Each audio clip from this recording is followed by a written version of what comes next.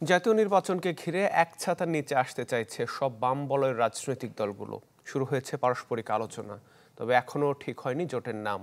এই ঐক্যে বামপন্থী ছাড়া উদার গণতান্ত্রিক কয়েকটি দলকেও ঠাঁই দেওয়ার প্রস্তাব এসেছে।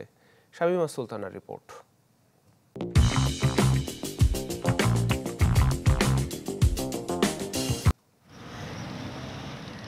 ত্রয়োদশ জাতীয় সংসদের রূপরেখা ঠিকঠাক না হলেও প্রস্তুতি শুরু করেছে সব রাজনৈতিক দল। কোন পথে এগুলে জমবে নির্বাচনী লড়াই, চলছে সেই হিসেব নিকেশ।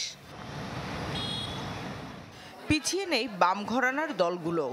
যদিও শ্রেণী বৈষম্যহীন সমাজ গড়ার মতপথ এক এক দলের এক এক রকম, তবুও বিভেদের মারপ্যাচ আলাদা রেখে মোটা দাগে ভোটের মাঠে প্রভাব ফেলতে সবাইকে ঐক্য গড়ার প্রস্তাব দিয়েছেন প্রবীণ অধ্যাপক ডক্টর সিরাজুল ইসলাম চৌধুরী। তবে দ্বাদশ জাতীয় সংসদ নির্বাচনের আগেই বিপ্লবী ওয়ার্কার্স পার্টি, গণসংহতি আন্দোলন, জাতীয় মুক্তি কাউন্সিল, বিএনপির নেতৃত্বে যুগপৎ আন্দোলনে যোগ দেয়। বিএনপির সঙ্গে যুগপৎ ধারায় ৩১ দফার ভিত্তিতে আমাদের একটা আন্দোলনের ঐক্য ছিল। বিগত দিনের আন্দোলনের ঐক্যটা এটা ভবিষ্যতে নির্বাচনী ঐক্যে এটা রূপ নেবে কিনা এটা হয়তো বোঝার জন্য আরও কিছুদিন অপেক্ষা করতে হবে। এদের বাইরে বাংলাদেশ কমিউনিস্ট পার্টি, বাংলাদেশের সমাজতান্ত্রিক দল বাসদ মার্ক্সবাদী, গণতান্ত্রিক বিপ্লবী পার্টি, সমাজতান্ত্রিক পার্টি নিয়ে আছে বাম গণতান্ত্রিক জোট, যারা বাকিদের সাথে বৃহত্তর ঐক্য গড়তে চায়। আমরা যারা প্রধানত ব্যবস্থা বদল করতে চাই, সমাজ বদল করতে চাই, সেরকম বাম গণতান্ত্রিক প্রগতিশীল শক্তিকে নিয়ে আমরা আর একটু বৃহত্তর বলয় গড়ে তুলব। আমরা যদি ওইটা যেটা তুলব, নির্বাচনে আমরা প্রচেষ্টা নেব তাদের মাধ্যমে অংশ নেওয়া।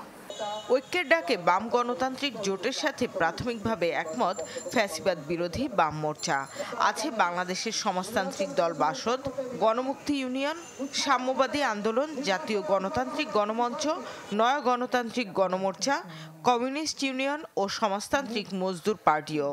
স্যারের যে উদ্যোগ, সেটাতে সে ধরনের একটা বিষয় আছে।